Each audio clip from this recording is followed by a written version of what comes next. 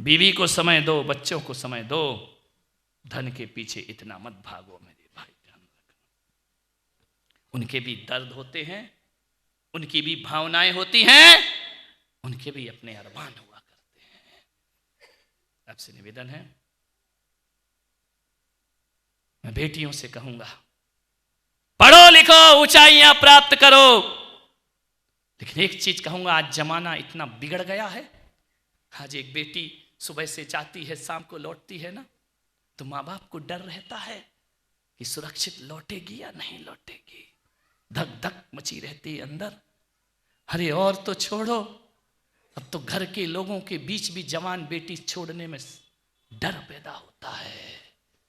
अब तो रिश्ते भी नहीं बचे हैं पवित्र। जवान बेटी को घर के रिश्तेदारों के बीच भी छोड़ना अब संदेहास्पद हो गया है। अब तो नौकरों से भी डर लगता है मेरे भाई, ध्यान रखिए। ऐसा वातावरण हमारे समाज का, परिवार का बन गया, किस पर विश्वास करेंगे। घास खाकर दूध देना, गाय की फितरत तो देख। घास खाकर दूध देना, गाय की फितरत तो देख। वो दूध पीकर जहर उगलना, सांप की किस्मत तो देख। ध्यान रखिए, गाय घास खाती है और दूध देती है, सांप दूध पीता है और जहर उगलता है। ध्यान रखिए। आपसे अच्छे दोस्त बनाओ। आज बहुत दोस्त बन रहे हैं, दुख इस बात का है, फेसबुक में 2-2, 3-3, 5-5 हजार दोस्त हैं तुम्हारे, पड़ोस में कोई बोलता ही नहीं है। ध्यान रखना। आज जिंदगियां जो बर्बाद हो रही हैं ना, वो मोबाइलों से हो रही हैं। ध्यान रखना। वो दोस्त हैं जिनसे मिले नहीं, जिनसे कभी गए नहीं, ऑनलाइन फ्रेंडशिप। ध्यान रखना, जिंदगी बर्बाद हो रही है। मोबाइल पे जो लिखा जाता है ना, वो उतना सच नहीं होता जितना तुम समझते हो। ध्यान रखिए, वो लूटा जाता है, तुमको बहका दिया जाता है, मीठी मीठी बातें कर दी जाती हैं, तुम मीठी मीठी बातों में फंस जाते हो, गलत लोगों की संगति प्रारंभ हो जाया करती है। नहीं मेरे भाई, एक निवेदन है मेरा आपसे। मैं कह रहा हूं कि दोस्ती बहुत अच्छी होती है। कदम रुक गए जब हम पहुंचे रिश्तों के बाजार में। कदम रुक गए जब हम पहुंचे रिश्तों के बाजार में। बिक रहे थे खुलेआम रिश्ते बाजार में। कांपते ओंठों से हमने पूछा, क्या भाव चल रहा है रिश्तों का? दुकानदार बोला, कौन सा रिश्ता खरीदोगे? बाप बेटे का, भाई भाई का, भाई बहन का, बहन बहन का, पति पत्नी का? बताओ कौन सा रिश्ता खरीदोगे? मैंने कहा, ये सब रिश्ते मुझे नहीं खरीदना है, एक रिश्ता है तेरे पास। बोले क्या? मैंने कहा दोस्ती का। उसने कहा महाराज, हर रिश्ता बिक सकता है, ये रिश्ता कभी नहीं बिका करता है। ये रिश्ते बिकाऊ नहीं हुआ करते हैं, ध्यान रखना। ये रिश्ते बड़े अनमोल रिश्ते हुआ करते हैं। यदि सच्चे दोस्त हमारी जिंदगी में मिल जाएं, दोस्ती से कीमती कोई जागीर नहीं होती, और दोस्ती से खूबसूरत कोई तस्वीर नहीं होती। यूं तो कच्चा धागा है ये दोस्ती का, यदि सच्ची हो जाए तो इससे बड़ी कोई जंजीर नहीं होती। ध्यान रखना, इससे ज्यादा मजबूत कोई जंजीर नहीं होती है। दोस्ती सही होना। इसलिए मेरे पास जो भक्त आते हैं ना, मैं इनको भक्त नहीं बनाता, दोस्त ज्यादा बनाया करता हूं। ध्यान रखना, ये पब्लिक जो आ रही है, उमड़ रही है, किस लिए? मैं यदि बिल्कुल निष्प्रह अनासक्त योगी बनकर बैठ जाऊं, धुनी रमा कर बैठ जाऊं, तो मेरे पास कुछ नहीं आने वाला है। ध्यान रखना, जब मैं बच्चों में बड़ा और जवानों में जवान हो जाता हूं, तुम्हारी जिंदगी में आनंद की बरसात हो जाया करती है। मोबाइल से, व्हाट्सएप से, इंस्टाग्राम से दोस्त मत बनाओ, मत बनाओ, मत बनाओ। जिंदगी बर्बाद हो जाएगी तुम्हारी। ध्यान रखना, विचार करना है। ऐसी कैसी दोस्ती हो जाती है तुम्हारी? आज एक षड्यंत्र चल रहा है पूरे देश में। महाजन कौम की बेटियों को बर्बाद किया जा रहा है। आए दिन तुम देख रहे हो, उनकी आबरुआं लूटी जाती हैं, उनके साथ खिलवाड़ हुआ करता है, उनकी अस्मिता लूटी जाती है और पूरे हिंदुस्तान में एक षड्यंत्र रचा जा रहा है। सुनियोजित तरीके से हमारी भारत की संस्कृति को तहस नहस करने का दुष्प्रयास चल रहा है। हमारी परंपराओं को छीना जा रहा है, हमारी धार्मिक आस्थाओं को छीना जा रहा है। और ये बेटियां गोरी चमड़ी और अच्छे स्मार्ट शकल देख करके अपनी जिंदगी को बर्बाद कर लिया करती। मत करिए ऐसा, ध्यान रखिए। साल 2 साल में क्या फेसबुक से दोस्त बन जाता है, क्या रास्ते में दोस्त बन जाता है। 1 साल के प्यार में 26 साल के प्यार को ठुकरा कर बेटी भाग जाया करती है। जिस माँ बाप ने बड़ा किया है, पाल पोस करके बड़ा किया है, जिस माँ बाप ने इतने एहसान किए हैं तुम्हारे ऊपर, अपने अरमानों का गला काट करके तुम्हारी जिंदगी को बनाना जिस माँ बाप का सपना रहा है, जिस माँ बाप ने तुम्हें इज्जत की जिंदगी दी है, आज उस माँ बाप का सिर झुकाकर समाज में तुम चंद दोस्तों के साथ भाग जाया करती हो। ध्यान रखिए, ये कैसा तुम्हारा जीवन है। मान्यवर, निवेदन है मेरा आपसे, वो स्थिति होती है ऐसी बेटियों की कि यहां से हमारी समाज की बेटियों को ले जाया जाता है, उनका दैहिक शोषण होता है, और जब जी भर जाता है कामुकता की मंडी में उन्हें बेच दिया जाता है। ध्यान रखना, वो बेटी जो भाग करके गई है वो दोबारा कैसा जीवन जिएगी? दोबारा समाज क्या उसे एक्सेप्ट करेगा? क्या परिवार उसे एक्सेप्ट करेगा? क्या कोई लड़का ऐसा है जो भागी हुई लड़की से शादी करने की ताकत रखता हो? कोई नहीं करेगा। ध्यान रखना, उसके लिए एक ही रास्ता बचता है, फिर वो आत्महत्या कर लेती है या कामुकता की मंडी में जाकर व्यवसाय और देह का धंधा प्रारंभ कर दिया करती है। मान्यवर, सावधान हो जाएं हमारी बेटियां। एक बात याद रखना, इज्जतदार घर की लड़की अपने मुंह से पति नहीं मांगा करती हैं, जो माँ बाप दे देते हैं उसे स्वीकार कर लिया करती हैं। ध्यान रखिए, अपने मुंह से अपना पति मांगते हो, ये कैसा चरित्र है हमारा? अरे हम तो उस परंपरा में जीने वाले लोग हैं, हम उस संस्कृति में जीने वाले लोग हैं जहां पिता यदि कोढ़ी से भी शादी कर दे तो मेरे समाज की बेटी कोढ़ी श्रीपाल को भी अपना भाग्य समझ के स्वीकार करती है, और वह कहती है यदि मेरा भाग्य सही होगा तो इस कोढ़ी को भी कंचन सी देह में परिवर्तित कर दूंगी। ध्यान रखना, ये हमारी आदर्श हैं। ये रारिया मैना सुंदरी हमारे देश की आदर्श है, समाज की आदर्श हैं। इन्होंने अपने मुंह से पति नहीं मांगा। पिता ने कहा बोल बेटी कैसा पति चाहिए, बोल बेटी कैसा पति चाहिए। उसने कहा जो मेरे भाग्य में होगा वही मेरा पति होगा। कोढ़ी की देह को कंचन बनाने की ताकत रखो बेटियों। ये चमचमाती देह में फिजूल में फिसल करके जिंदगी को बर्बाद मत करिए। मैं माताओं बहनों से भी निवेदन करूंगा, अपनी बेटियों को विश्व सुंदरी बनाने का सपना मत देखो, अपनी बेटियों को मिस वर्ल्ड बनाने का सपना मत देखो। इतना आधुनिकता में मत ढालो कि मेरी बेटी मिस वर्ल्ड बनेगी, मिस यूनिवर्स बनेगी, विश्व सुंदरी बनेगी। मैं पुलक सागर सपना देखता हूं, तुम माँ बाप होके बेटी को विश्व सुंदरी बनाने का सपना देखते हो, और मैं संत होके कहता हूं मेरी समाज की बेटी विश्व सुंदरी नहीं, मेरी समाज की बेटी तो ब्राह्मी सुंदरी और मैना सुंदरी बनना चाहिए। एक आदर्श स्थापित करना चाहिए, सीता जैसी सती बनना चाहिए। ध्यान रखना, सीता ने लाख प्रलोभन देने के बाद भी 2 वर्ष तक रावण की लंका में रहने के बाद भी ना रावण के वैभव पर निगाह डाली, ना रावण की शक्तियों पर निगाह डाली, ना रावण की उपलब्धियों पर निगाह डाली। उसने कहा होगा 3 खंड का अधिपति रावण, मेरा पति तो वनवासी राम ही हुआ करता है, उसके अलावा कोई और मेरा पति नहीं हो सकता है। ध्यान रखिए, कोई आकर्षण में नहीं फंसी सीता। ध्यान रखना, 1000 प्रलोभन दिए तुझे लंका की महारानी बना दूंगा। सीता ने कहा मैं राम की नौकरानी बनाकर जिंदगी काट लूंगी, लेकिन रावण की महारानी बनने को तैयार। क्या शील का प्रभाव था सीता का। एक तिनके के सहारे जहां चारों तरफ दुश्मन ही दुश्मन रहा करते हैं, एक तिनका यदि चरित्र का सामने कर देती थी तो रावण के पसीने छूट जाया करते थे सीता का स्पर्श करने के लिए। ध्यान रखना, एक तिनका भी हमारा सहारा बन जाया करता है। मान्यवर, ये हमारी समाज हमारे देश के आदर्श हुआ करते हैं। मेरे समाज का एक धर्म ऐसा है, मेरे समाज में ऋषभ देव का दरबार लगता है, और जब दरबार लगता है, बेटी पूछती है कि पिताजी आप 3 लोक के नाथ हैं, सारी दुनिया आपको माथा झुकाती है, आपके चरणों का वंदन किया करती है, बताओ पिताजी क्या दुनिया में कोई ऐसा है जिसके आगे आपका सिर झुकेगा? ऋषभ देव ने कहा ये जो अवसर्पणी काल है, इसमें काल दोष के कारण बेटियों मुझे जब तुम्हारा विवाह करना पड़ेगा तो मुझे तुम्हारे पति के सामने मस्तक झुकाना पड़ेगा। मेरे समाज की बेटी कहती है 3 लोक के नाथ मेरे पिता जिसे सारा ब्रह्मांड प्रणाम करता है, हम तुच्छ बेटियों के कारण हमारे पिता का माथा झुके।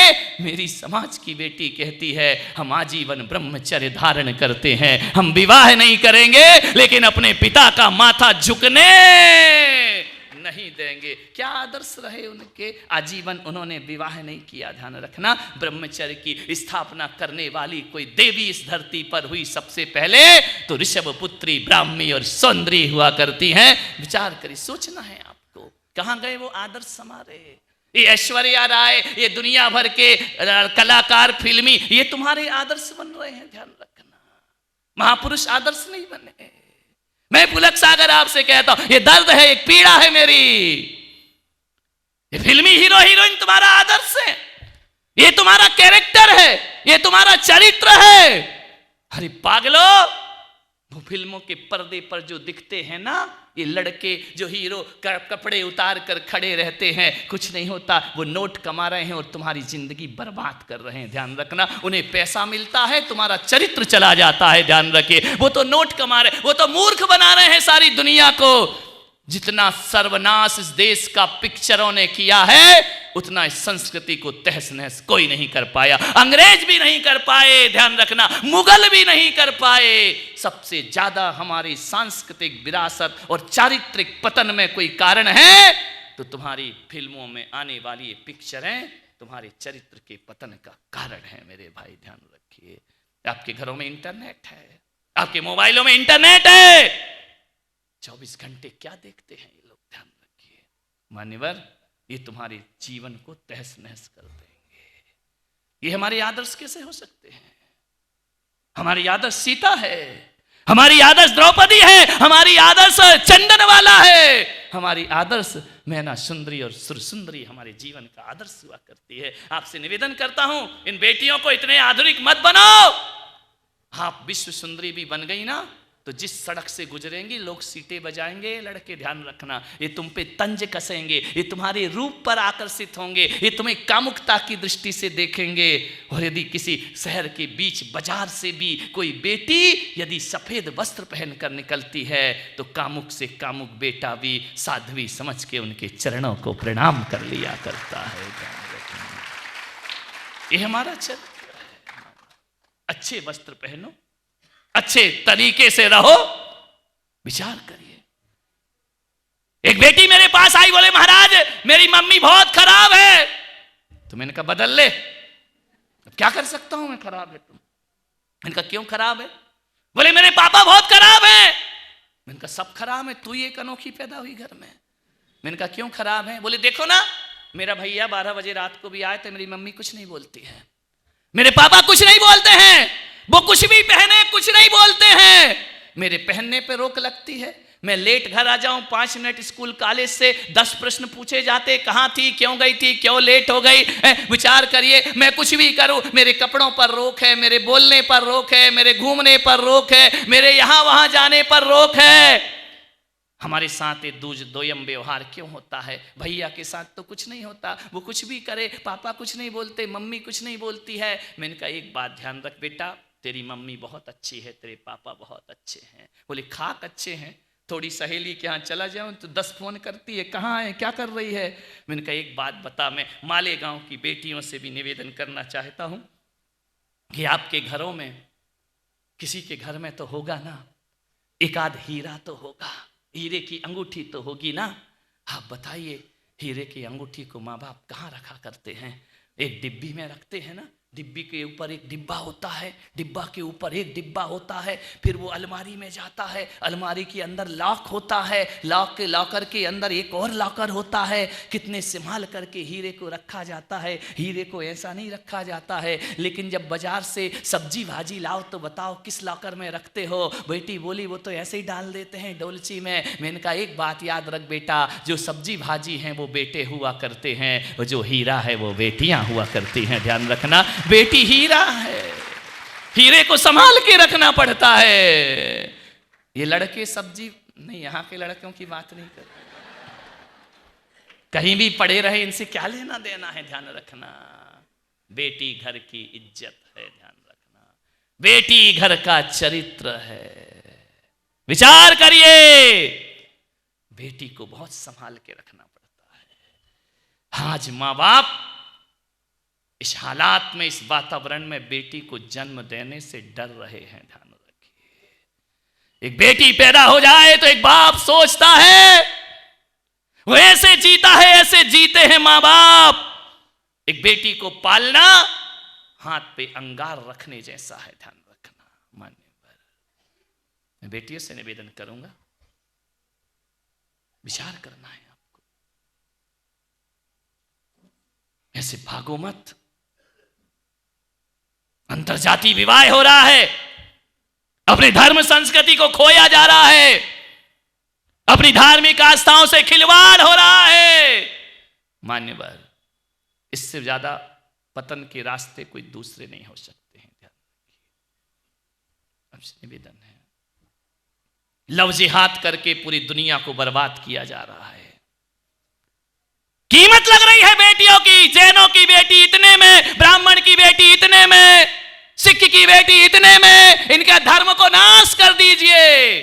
मान्यवर, ध्यान रखना, आज हजारों लड़कियां भाग गई हमारी समाज के, यदि आंकड़े देखोगे ना, भाग गई थोड़ी सी चिकनी चुपड़ी बातों में, चमचमाती देह में, ध्यान, गोरी चमड़ी, इसमें आकर्षित हो जाती हो, अपने धर्म, अपनी संस्कृति, अपनी सभ्यता को खो दिया करती है।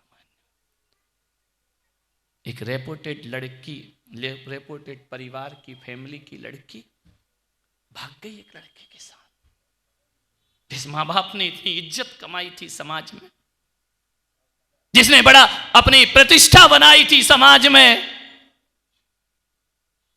मेरा सुन लो भाई, तुम्हारी बेटी का नहीं, दूसरों का तो ध्यान रखो, विचार करिए। प्रतिष्ठा कमाई, इज्जत कमाई, मंदिर में जाते थे लोग, जय जिनेंद्र किया करते थे, उसकी मां की बड़ी धाक थी समाज में, समाज की अध्यक्ष बन करके रहा करती थी, महिला मंडल की अध्यक्ष रहा करती थी। लेकिन एक दिन बेटी ने निर्णय ले लिया, मैं उस लड़के के साथ जाऊंगी। मां ने पैर पड़े, बेटा देख ऐसा मत कर। लाचार है मां बाप, क्या कर सकते हैं, क्या करें वो माता पिता। दादाजी ने कहा मैं तेरे पैर पड़ता हूं बेटा, ऐसा मत कर, मत भाग। किसके साथ भाग रही है तू? ना तूने उसका धर्म देखा, ना मजहब देखा, ना जाति देखी, ना संस्कार देखे, चरणों में गिर गया पूरा परिवार। लेकिन लड़की नहीं मानी, नहीं, मैंने निर्णय कर लिया है, मैं उसी के साथ जाऊंगी। ऐसे दिन आ गए तुम्हारे घरों में, मान्य खूब मनाया भाभी ने, भैया ने कहा मैं तुझे मार दूंगा। बोले मार दे तो मार दे, शादी तो उससे ही होगी। भाग गई उस लड़के के साथ। मालूम है, अहमदाबाद की घटना है, भाग गई उसके साथ। जैन परिवार की लड़की, जिसने कभी जिंदगी में हिंसा नहीं देखी, जिसने कभी चींटी को नहीं मारा, भाग गई उस लड़के के साथ जो मांस का व्यापार करता है। ध्यान रखना, सोचना है आपको। उसकी मां ने कहा बेटी जरा इतना तो देखती, तू किसके साथ जा रही है, तू कैसे रहेगी? बोले मम्मी, उसने कह रखा मैं तुझे मजबूर नहीं करूंगा। तेरे की ऐसी बुद्धि मारी जाती है तुम्हारी, ऐसे प्रेम और वासना में खो जाते हो। बोले मैं तुझे मजबूर नहीं करूंगा, तू आराम से रहना, तू अपना धर्म पालना, मैं अपना धर्म पालूंगी। मान्यवर सोचिए क्या नजारा हो रहा है हमारी समाज का, क्या स्थिति हो रही है हमारी समाज की, कहां पहुंच रहा है हमारा समाज। अरे कोई बचता है क्या इससे? बोले नहीं, उसने कसम दे रखी है मैं तेरा धर्म नाश नहीं करूंगा। वाह है, वो कह रहा धर्म नाश नहीं करूंगा, तू धर्म नाश करके जा रही है। ध्यान रखना, विचार करना है आपको। मांस बेचा करता था, कुछ माए बात क्या देखती है, ऐसी स्थिति उस घर में बन गई। कुछ दिन तो उसे अलग लगा, धीरे धीरे रच पच गई, वो भी मांस की दुकान में बैठ गई। विचार करना है आपको। ये मेरे महावीर का धर्म, हमारे धर्म की अहिंसा। मान्यवर एक दिन वो फोन करती है, संस्कार थे खून में तो करुणा भरी थी, दया भरी थी बचपन से। इतने भी ज्यादा नहीं गिर सकता कोई इंसान अपनी इंसानियत से। वह बैठती, पति मजबूर करता, मारता पीटता उसे, शराब पीता, मांस की दुकान पर बिठाने को मजबूर किया। कुछ दिन तो बहुत अच्छा रखा, नई नई थी, जब जी भर गया उसके साथ वही हालात होने लगे। उसने अपनी मां को फोन किया, मां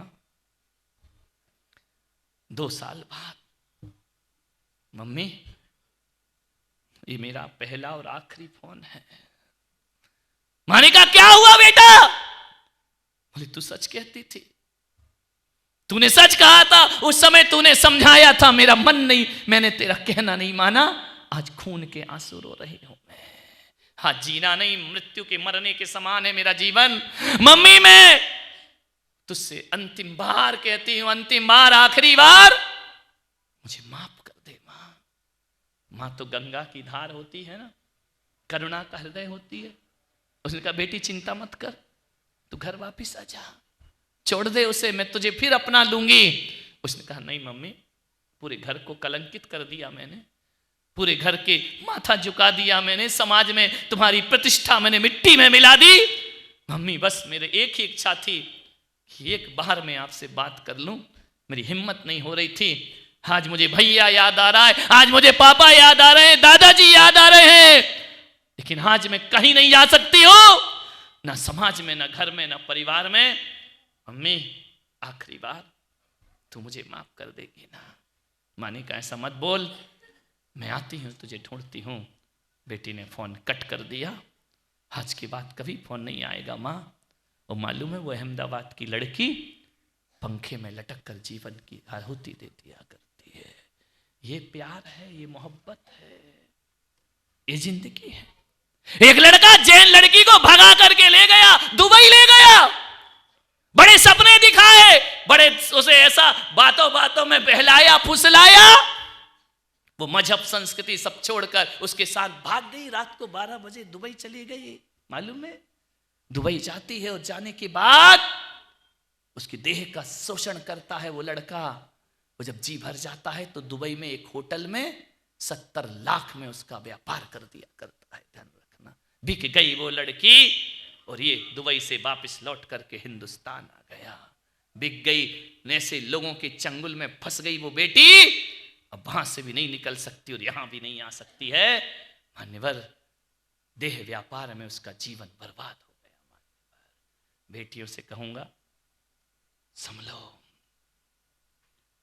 एक लड़की भाग गई मां बाप से, लड़की को बाद में बहुत पश्चाताप हुआ, बहुत रोई, बहुत गिड़गिड़ाई। मां बाप ने कहा बेटा तू तलाक दे दे। मालूम है तुम्हें एक हिंदू तलाक देता है ना, आधी प्रॉपर्टी देना पड़ती है लड़की को, ध्यान रखना। और तलाक लेते लेते पैरों की चप्पलें घिस जाया करती हैं, तो भी तलाक नहीं हो पाता है। इतना आसान नहीं है। लेकिन जिसके साथ भागी थी ना, मालूम है वो लड़की के माँ बाप से कहता है तेरी लड़की के साथ यही व्यवहार करूंगा, यदि तलाक चाहिए तो 20 लाख रुपए भेजो, तब तुम्हारी लड़की को तलाक दूंगा। ध्यान रखिए मान्यवर, एक हिंदू तलाक लेता है तो अदालत के चक्कर काटना पड़ते हैं। 20 लाख रुपए दिए और लड़की छुड़ाई उन्होंने, लेकिन लड़की जी नहीं पाई, इतने सदमे में रही, उसकी जिंदगी पूरी बर्बाद होकर रह गई।